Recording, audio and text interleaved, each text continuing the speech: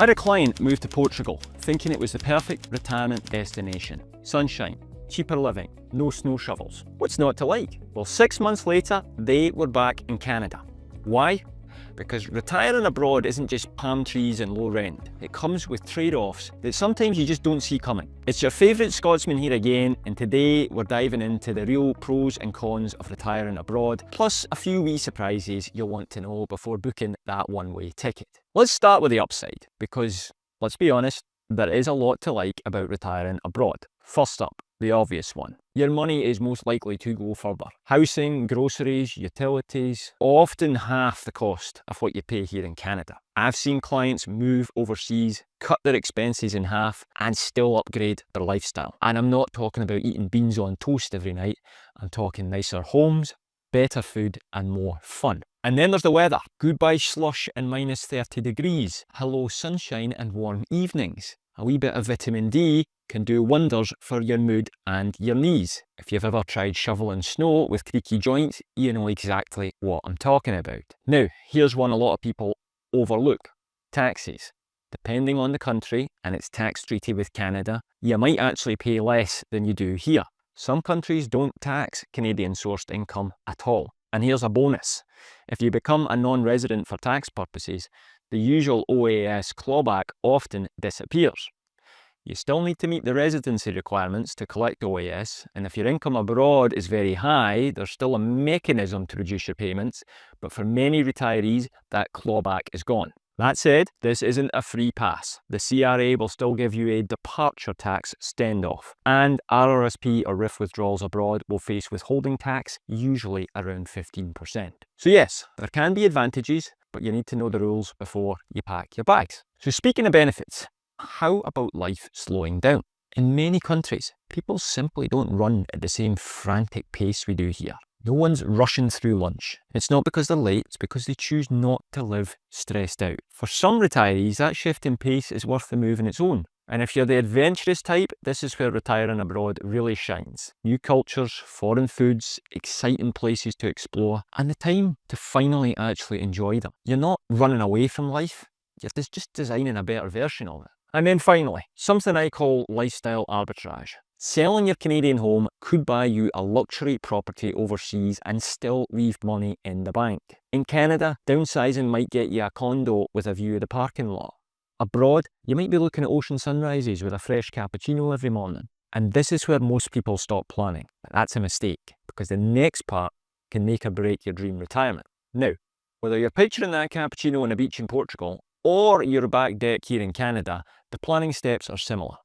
That's why I put together my free retirement guide, and you can grab it using the link in the pinned comment. If you're looking for more personalised advice, you know where to find me. Okay, back to it. As my client in Portugal discovered, it is not all sunshine and cappuccinos. The first big challenge, the emotional and social side of retiring abroad. Leaving family, friends and everything familiar sounds fine and dandy when you're in planning mode, but living it is different. At first, my client in Portugal loved the adventure. Fresh cuisines to try, new people to meet, a slower pace of life to enjoy. They were spending less, eating better, and basking in the sunshine.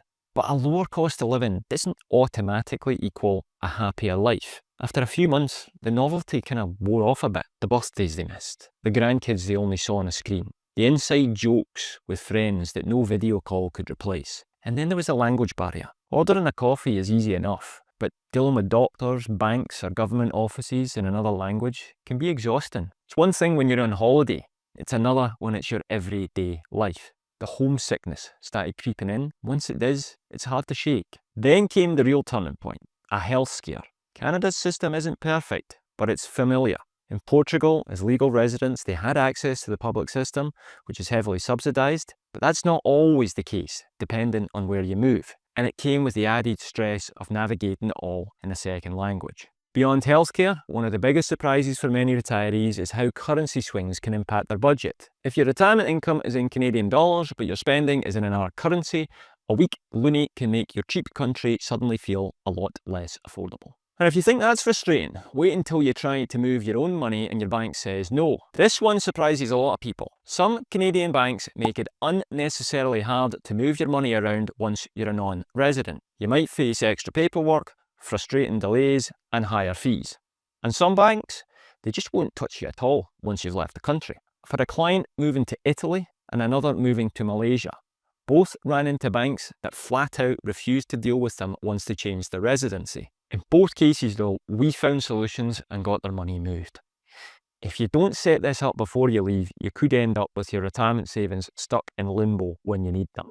And don't forget visas and residency requirements. Many countries require renewals every year or two, proof of income, or even background checks. Miss a renewal deadline or fail to meet the income threshold and you could be told to leave, even if you've built a life there. Then there's the estate planning headache. Most countries have their own inheritance laws, probate processes, and tax treatments. In some cases, you could face probate in 2 countries and even double taxation on your estate. If your will only covers Canada, it might not be valid where you live now. This dilemma is one you absolutely want to get sorted before you go. There's a good reason why consulting cross-border tax and estate specialists is so important. And here's a surprisingly common nuisance: 2-factor authentication. The CRA, banks, investment accounts, many won't send codes to a foreign number. The only reliable workaround: keep a Canadian phone plan active, even if it's just for those texts. It's a small thing, but one that most don't think about. So, there you have it. Retiring abroad can be incredible, but it's not all sunshine and cheap wine. And if you're serious about moving overseas, don't miss my next video on the must-know information on the CPP and OAS.